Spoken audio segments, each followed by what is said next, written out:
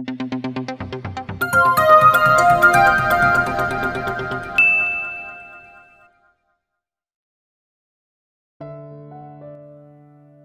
inaasahan ni Crizel ang biglaang pagpapaalam sa kanya ni Prix. Aalis na raw ito sa pagiging bodyguard niya. Kinukuha raw ito ng tiyuhin nito sa father side na nasa Australia. Ayaw raw nitong palampasin ng pagkakataon, kaya napilitan itong magpaalam sa kanya. Paano na si Zaida? Tudyo ni Crizel dito. Hindi ito ngumisi tulad ng madalas nitong gawin tuwing tinutokso niya ito sa babaeng yon. Sa halip, lungkot ang nabanaag niya sa mga mata nito. Gustong-gusto na nga ng isang yun na umalis ako eh. Hindi ko alam kung bakit bigla na lang siyang naging allergic sa akin. Dati naman, ramdam kong pagpapakyut niya kahit inaasar-asar ko minsan. Pero ngayon, umiling ito. Ewan ko ba sa inyong mga babae, ang hirap niyong ispilingin. Ikaw dyan ang umaayaw sa pagpapakyut sa'yo ni Zaida. Tapos ngayong ayaw na niya sa'yo, affected ka naman. Kantsaw ni Crizel dito. Kinumpas nito ang isang kamay na tila pinatatahimik na siya. Sorry Crizel, bigla kang nawawalan ngayon ng bodyguard. Gusto sana kitang pigilan pero alam ko na mapapabuti ka sa pupuntahan mo. Ikaw lang ang nakasundo kong bodyguard. I'm sure wala na ako makikitang tulad mo. Siguradong mamimiss kita. Humanap ka na kasi ng bodyguard mo for life. Nariyan naman si Ivan, naghihintay lang na pansinin mo. Panunukso nito. Napanguso si Crizel. Pwede ba? Humalakak ito. Malamang na mamimiss kita kasi kahit kailan hindi ako nabore na bantayan ka. Ikaw na sigurong pinakapasaway, pinaka-impulsive at pinaka-adventurous na babaeng nakilala ko. Si Crizel naman ang natawa. Bumait pa nga ako ng lagay na yon noong ikaw na yung naging bodyguard ko. Bago sila maghiwalay ay binanggit ulit nito si Ivan. Nasa marrying age ka na, Crizel. Maawa ka naman kay Ate Carmelita. Hayaan mo nang isalin na niya sa iba ang konsumisyon niya sa'yo. Mag-asawa ka na. Ivan is such a good choice. Dead na dead pa sa yung isang yun. Napasimangot ulit siya. Pinayagan ka na ba ng mama mo na tanggapin ang inaalok ko sa'yo, iha? Tanong kay Crizel ni Tito Roberto. Naroon na siya sa Alfonso. Tulad noong una, tinakasan ulit niya ang mama niya. Hindi kasi siya nito pinayagan na magpaalam siya rito kaya nagtalo ulit sila. Lalo raw siyang pinaghihigpitan nito ngayon. Wala na siyang bodyguard. Kaya umalis siya sa kanila nang hindi nagpapaalam dito ng personal. Ayaw sana ni Crizel suwayin ito, ngunit sakal na siya sa sitwasyon sa kanila. Lagi na lang na parang kailangan niyang lumingon sa kanyang likuran dahil anumang sandali ay may magtatangka sa buhay niya. Hindi rin siya nito pinapayagang umalis ng bahay kung hindi ito kasama o ang bodyguard nito o ang kuya niya. Dala ni Crizel ang Land Cruiser. Mabuti na lang at natandaan pa niya ang daan pabalik sa bahay ng mga Tore. Noon pa mang unang nagtungo siya sa Alfonso ay sinabi na niya sa mga ito ang tungkol sa death threat sa kanilang pamilya kaya alam na ng mga itong sitwasyon niya. Ang totoo po niyan, Tito Roberto, hindi po. Pero hindi na po kasi ako makatagal sa sitwasyon sa amin. Lalong naging warrior at paranoid si mama nang umalis ang bodyguard ko. Daig ko pa po yung preso sa bilibid. Hindi na po ako makahinga. Tsak na mag-aalalang mama mo sa'yo. Maayos naman ang lagay nito. Medyo hinihila nga lang nitong isang paa sa paglalakad. Yun ang naapektuhan ng stroke. Nag-iwan naman po ako ng sulat sa kanya. Tatawagan ko na lang siya maya-maya. Mas mabuti siguro kung ngayon mo na siya tawagan. Magulang din ako. Alam ko kung anong nararamdaman ng mama mo. Salamat po, Tito. Iniwan nga muna ni Crizel ito at tinawagan ng kanyang mama. Tulad ng dapat asahan, hysterical sa galit ang mama niya. Pinipilit nitong alamin kung nasaan siya. Ma, ayoko malagay sa peligrong buhay ng mga taong tinutuluyan ko dito. Alam kong hindi kayo makakatiis. Siguradong pupuntahan ninyo ako dito. Paano kung masundan kayo ng mga taong nagbabanta sa buhay natin? Inuubos mo talaga ang pasensya kung babae ka. Panahon na siguro para ako naman ang masunod. Ipapakasal na lang kita kay Ivan. Galit na sabi nito. Umalma agad siya. Ma, alam niyang hindi ko gusto si Ivan. Mapag-aaralan mo rin na mahalin siya. Kung nasa ibang bansa na kayo, hindi na ako mag-aalala ng ganito sa'yo. Napaiyak na si Crizel sa frustration. Tinapos na niya ang pakikipag-usap dito. Hindi niya inakala na darating siya sa punto na maubusan na siya na mapagpipilian sa buhay niya. Imbis na balikan ang kinaroroonan ni Tito Roberto, ay nagtungo na lang si Crizal sa hardin. Pikon na siya sa mga nangyayari. Lumayo na nga siya sa kanila pero bigo pa rin siyang matamo ang kapayapaan ng isip. Napagdiskitahan niya ang bulaklak ng santan na kulay fuchsia. Pinitas niyang bulaklak na pinakamalaki. Isa-isa niyang nilagas sa mga mumunting petals nun. Ayoko sa Ivan na yon! Ayoko! Ayoko! Mariin ngunit mahinang sabi niya. Hindi ba dapat he loves me not ang sasabihin mo? Napaigtad si Crizal sa pagkagulat, sabay baling sa likuran niya. Nalaki ang mga mata niya nang makita ang naaaliw na itsura ni Gideon. Mabilis na pinahid ni Crizal ng palad ang mga luhang nalaglag sa mga mata niya. Nilaglag na rin niya sa lupang hindi pa niya tapos kalbuhin na bulaklak na santan. Anong ginagawa mo dito? Tanong niya kay Gideon. Bakit palagi na lang nagkukrus ang mga landas nila nito? Ngumiti ito. Invited ako din na Tito Roberto at Tita Roma sa dinner. Ang ibig mo sabihin, kakilala mo rin sila? Lalong naaliw ito. Of course, hindi lang kakilala, kapitbahay ko rin sila. Diyan lang ako Tinuro nitong gawin ng Rancho Adalfa. Hindi si Crizal makapaniwala sa sinasabi nito. You mean, ikaw yung lolong na sinasabi ni Tito Roberto? Right. She can't believe her luck. Eto palang matangkad na lalaki nakita niyang kausap ng katiwala ng rancho noong bago siya umalis doon. Kung ano-anong paraan ang naisip nila ni Prix para lang hanapin ito pero walang nangyari. Yun naman pala ay naroon lang sa malapit ang hinahanap niya. Dinampot nito ang nilaglag niyang bulaklak. Hindi pa tapos to Anito't ito nang nagpatuloy sa pagpitas ng petals. She loves me. She loves me not. She loves me. She loves me not. Fascinated na nakatingin lang si Crizal dito. Hindi niya napigilang mapangiti kahit kagagaling lang niya sa pag-iyak. Eto pa lang ang lalaking nakita niya na naging interesado sa isang trivial na bagay tulad ng paglalaro ng petals ng bulaklak at nag-enjoy doon. She loves me not? Kunwari na dismayang sabi nito nang mapitas na ang huling talutot. Kung sa bagay, hindi pa talaga niya ako love. Ang kabayo ko lang ang love niya. Anito bago makahulugan tumingin sa kanya. Natawa si Crizal. Parang bulang naglaho ang bigat ng dibdib niya kahit sandali pa lang silang nagkakausap nito. Matagal na kitang hinahanap, Gideon. Nanlaki ang naaaliw na mga mata nito. Wow, the lady is finally showing some interest in me. I don't believe it. Lalo si Crizal natawa. Sabi na nga ba't may pagkakumikero to? Halatayin sa laging nakangiting mga mata nito. Nasa rancho ba yung Barb Stallion na binili mo sa auction? Ngumisi to. Ang lakas mo talagang manlaglag ng self-confidence. Anito na tinawanan ulit niya. Hanggang ngayon ba naman umaasa ka pa rin na mapapasa kami mong kabayong yun? Well, depende sa'yo. In that case, wag muna pala nating pag-usapan. Mukhang masarap ang dinner na inihanda ni Tita Roma at gusto kong pareho tayong matunawan mamaya. Natawa na naman siya kahit medyo nadismaya.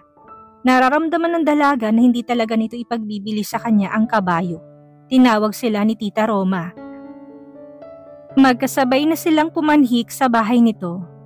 Magkakilala na pala kayong dalawa? Sabi sa kanya ng ginang.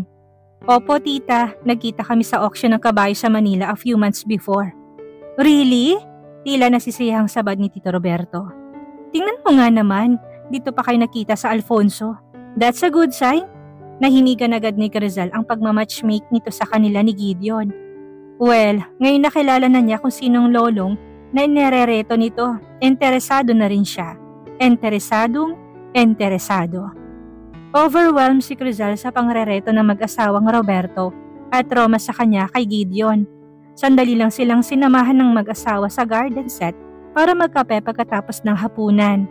Iniwan din kagad sila ng mga ito. Ngayong sila na lang ang naroon ni Gideon, binabalot na siya ng kilig at masayang pakiramdam. Aaminin niya sa sarili na crush nga niya ang binata. Hindi lang siya basta nakukyutan dito. Bigla tuloy niyang naalala na kamukha talaga ito ng cologne endorser sa magazine na nabasa niya. May itatanong ako sa iyo, Gideon. Anayarito na sila na lang ang naroon. Ikaw ba yung endorser ng Black Rock Cologne? Hinagod nitong batok na parang nahiya. Lasing yata ako nang mapapayag nila akong i-shoot ang commercial na yun. Namilog ang mga mata niya. Ikaw nga pala talaga yun? In fairness, sa abs pa lang, may ka ng maging endorser nun. Ang galing mo ah. Ngumiti lang ito't kagad ng binago ang topic. Halatang hindi to komportableng pag-usapan ng hubad baro na kuha nito. Okay ka na ba ngayon? Kanina malungkot ka't medyo naiiyak pa. Wika ni Gideon. Okay na ako, thank you. Sino bang nagpaiyak sa'yo? Sabihin mo lang sa akin. Bakit? Sasaktan mo siya? Ngumisi to. Hindi, iiwas ako. Baka ako naman ang paiyakin. Natawa si Crizal. Kanina pang pagbanat nito ng patawa. Bentang-benta sa kanyang sense of humor nito. She liked that inaman. Sa tulad niyang mababo ang kaligayahan ay tsak na laging bibida ito sa mga pagpapatawa. Gusto mo bang sabihin sa akin ang tungkol doon? I'm willing to listen. Seryoso nang sabi ni Gideon kapag kuwan. Thank you, pero sa akin na lang muna yon, Gideon. Muntik ko nang isipin na kaya ka lang nandito sa Alfonso ay dahil sa Barb Stallion. Hindi kita masisisi na yan ang inisip mo. Parang sobrang nagmadali ka nun na ilayo sa akin ang Stallion. Hindi naman. Anito na sa tingin niya ay hindi nagsasabi ng totoo. So, has it served its purpose? Ang Stallion? Oo, tama ka. It has served its purpose. 3 buwan ng buntis ngayon ng Barb Mare na alaga ko. Kaya naman pala obsessed din tong kagaya niya na makuha ang kabayo. Mabuti ka pa nakapag-breed na. Mabuti na nga lang at sharpshooter palang Stallion. I name it Knight, by the way. Napangiti si Crizal sa binanggit nitong pangalan. How appropriate. My Barb Mare was named Feby at nagkakamali ka. Hindi dahil sa kabayo mo kaya ako nandito ngayon. Pero kanina nakita tayo binanggit mo kagad yun. Dudang wika ng binata. Alam mo, wala nang silbi sa ngayon ng Barb Stallion mo kahit interesado pa rin ako doon. Noong nagkita tayo sa auction, inhit si Feby noon kaya ganun na lang katinding pangungulit ko sa'yo na ibenta mo sa akin ng kabayo. Ngayon, tapos ng paglalandi niya. Napalis ang pagdududa sa mukha nito. I didn't know, I'm sorry. Sana sinabi mo na lang sa akin na yun palang purpose mo kaya gusto mo kagad mapasa yung kabayo. Kung nalaman ko lang kagad, sana pinahiram ko muna si Knight sa'yo. Gagawin mo talaga yon? Oo naman, malakas ka sa akin, Miss Arnolfo. I think you already know that by now. May kasama pang pilyong ngiti ang sinabi ni Gideon. Muntik na ni Crizal maitanong dito kung bakit pero napigil niya ang sarili. Gusto niyang isipin na interesado rin ito sa kanya. Kinilig siya sa idea. Nang sabihin sa akin ni Tito Roberto na ikaw ang magiging substitute niya, hindi agad ako naniwala. Sobrang bata mo pa para maging isang veterinaryo. Gusto mo bang ipakita ko muna sa iyong lisensya ko? Hindi na kailangan. Naniniwala na ako ngayon. It's just that you look more like an equestrian than a veterinarian. Is that a compliment? Of course. Tumitig ito sa kanya. Medyo nailan tuloy siya. Bukas ka na magsimula sa rancho bilang kapalit ni Tito Roberto. Ilang bisiro lang naman ang i-injectionan. Kapag nakatapos ka doon kung gusto mo ipapasyal kita. Aabalahin pa kita. Hindi ako maaabala. Gusto talaga kitang ipasyal. Ipapagamit ko pa sa'yo si Knight kung gusto mo. Totoo? Oo naman. May ilang kabayo ako sa kwadra. Kung gusto mo mamili ka na lang sa mga yun at yun ang sakyan mo mamaya kung ayaw mo sakyan si Knight. Bakit ang bait mo yata sa akin ngayon? Ngumiti ito. Nalaman ko kasi na hindi mo naman boyfriend yung lalaking kasama mo nun sa auction. Sabi nga ni Tito Roberto, single at available ka pa kaya walang magagalit sa akin kahit maging mabait ako sa'yo. Anito sabay kindat sa kanya. Nagpapakit ka ba sa akin? Diretsahan tanong ni Crizal. Sobra bang halata? Doon na siya napahalakhak. Unang pagkakataon pa lang na nakapag-usap sila nito ng medyo mahaba ay dumidiga na to. Hi Crizal, ang haba ng hair mo. Ngumiti ito sa kanya, ngiting puno ng self-confidence.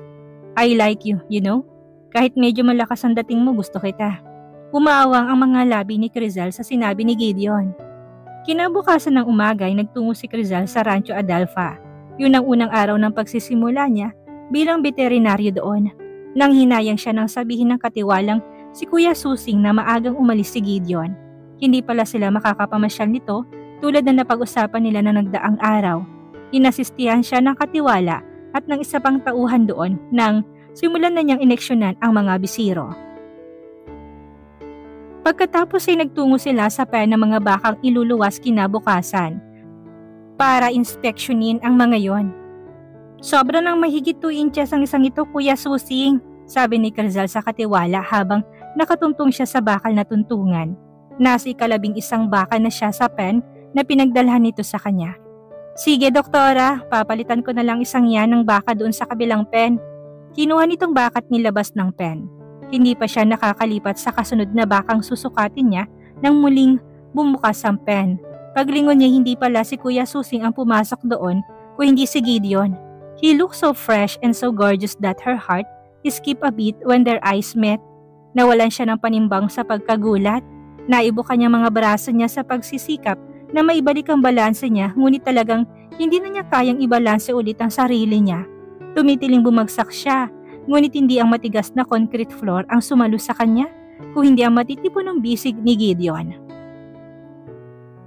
Awareness ang pumalit sa saglit na takot na nararamdaman ni Crizal.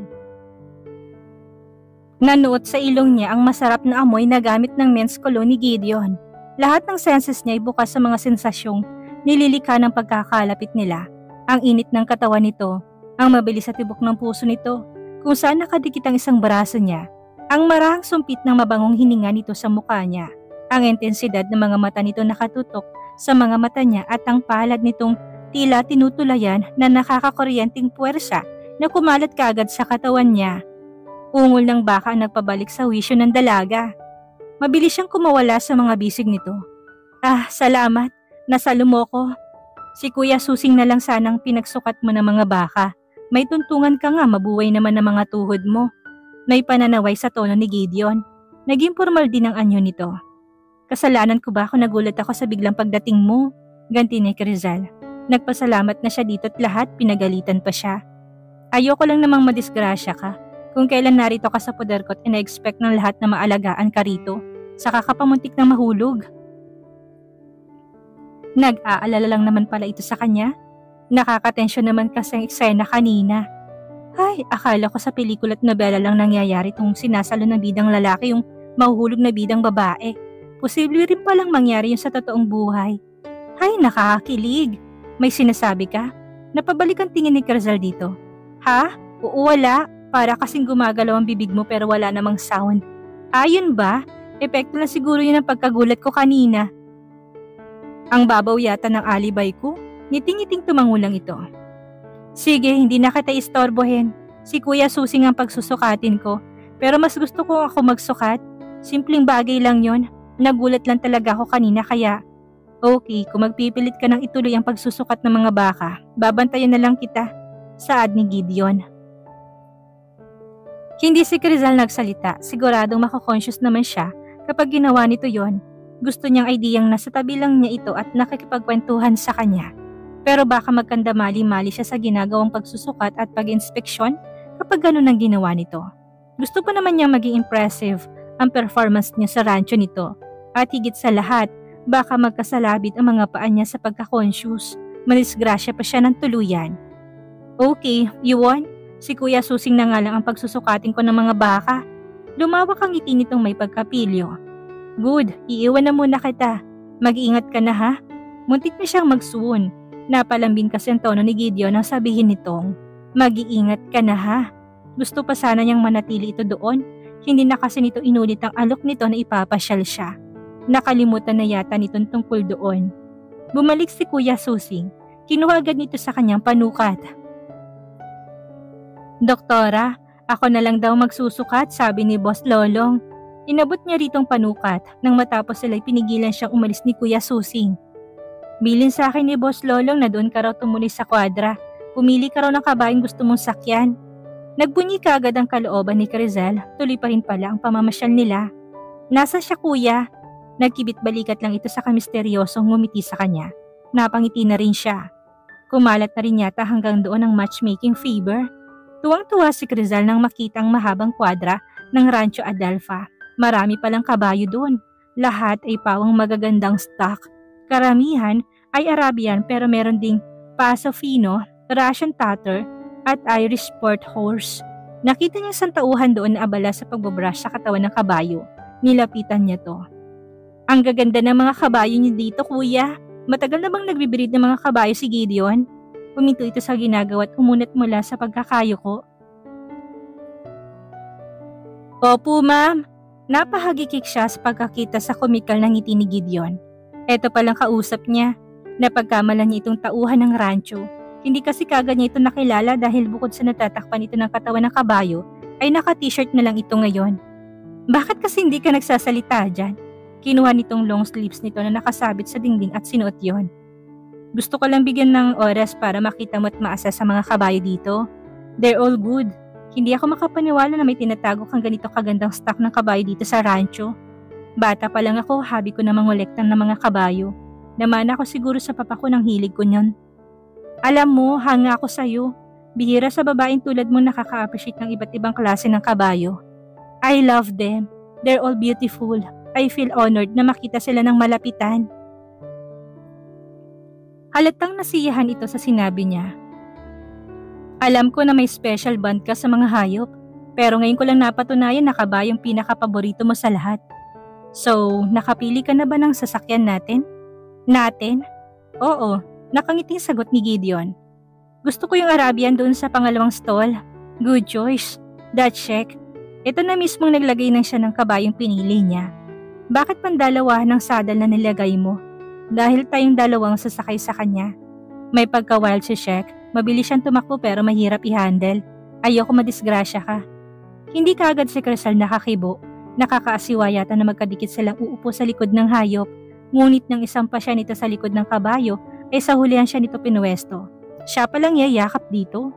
Oh well, nag-fiesta kagad ang sensas ni Crystal. Bumalik ang mga sensasyong nararamdaman niya kanina nang saluhin siya nito na mas intense nga lang ng mga sandaling yon. Pinipigilan lang niya ang sarili na happy nito na mahigpit.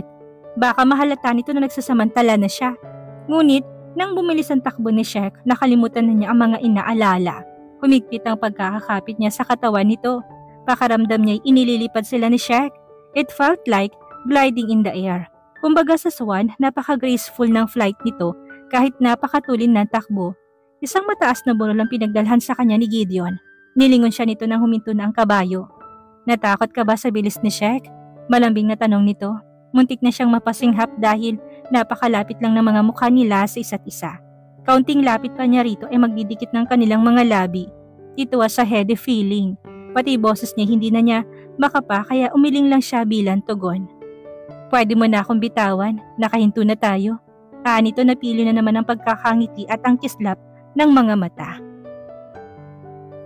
Napapahiyang bigla siyang napabitiw dito.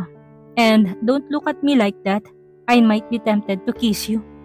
Pabirong irap lang ang naiganti niya dito na tila lalo lang ikinaaliw nito. Bumaba na ito sa kabayo. Inabot nito ang dalawang kamay sa kanya para alalayan siya sa pagbaba. Humawak siya sa mga balikat nito upang ibalanse ang sarili. Sa bewang siya nito sinapo. Nakita ni Grizal ang pagulong ng Adam's apple nito habang nasa ganun silang posisyon. Dumako rin ang mga mata nito sa kanyang mga labi. She could tell he was really tempted to kiss her. Puno ng antisipasyon na hinintay niya kung magpapadala ito sa tentasyon. Ngunit tila napapasong lumayo kagad ito sa kanya nang maibaba na siya nito sa lupa. Naglakad na ito patungo sa clearing na tinutubuan ng mababa't mabubulaklak na halamang ligaw. Disappointed na nagpaunan na lang siya dito. How do you find our place? Tanong ni Gideon pagkalipas ng mahabang sandali na hindi pag-imik. Muntik na si Grizal matawa. Ganun ang kadalasan tanong ng isang Pilipinong TV news reporter kapag may bagong saltang foreign celebrity sa bansa. Sinakyan na lang niyang naisip nitong itanong. It's beautiful. Malawak ang open space, sariwa ang hangin, hospitable at accommodating ang mga tao. Ngumiti ito. Can you imagine yourself living in a place like this and liking it?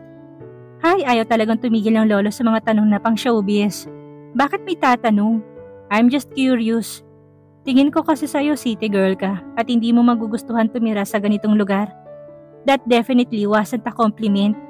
Hindi ko naman intention na bigyan ka ng compliment sa kanumento ko. I'm just stating a fact here. Well, maling-mali ka Mr. Tejera dahil matagal ko ng pangarap na tumira sa lugar na tulad nito. I could give up anything just to be able to live in a place like this. In fact, Kaya nga ako bumalik dito dahil sakal na ako sa buhay ko sa Manila. I love it here. I love the fresh air and I love the people. Tumingin si Crizal ng direkta sa mga mata nito. Nakita niyang napalunok ulit ito. Nasa tingin na yon ang tahimik na pagpapaabot niya rito na, gusto kong lugar mo dito. Willing akong tumira at mamuhay sa bayan na to at maging nanay na magiging mga anak mo. Ngunit sa ikalawang pagkakataon, bigo siyang makakuha ng favorable na reaction mula rito sa subtle flirtation na ginawa niya. Kumbaga sa tandang ay ayaw nitong gumiri. For the second time ng araw na yon, ay disappointed na naman si Crizal. At dito na po nagtatapos ang ikatlong kabanata ng ating kwento. At sana'y muli niyo po akong samahan sa mga susunod pang kabanata. Maraming salamat po at ingat po tayong lahat.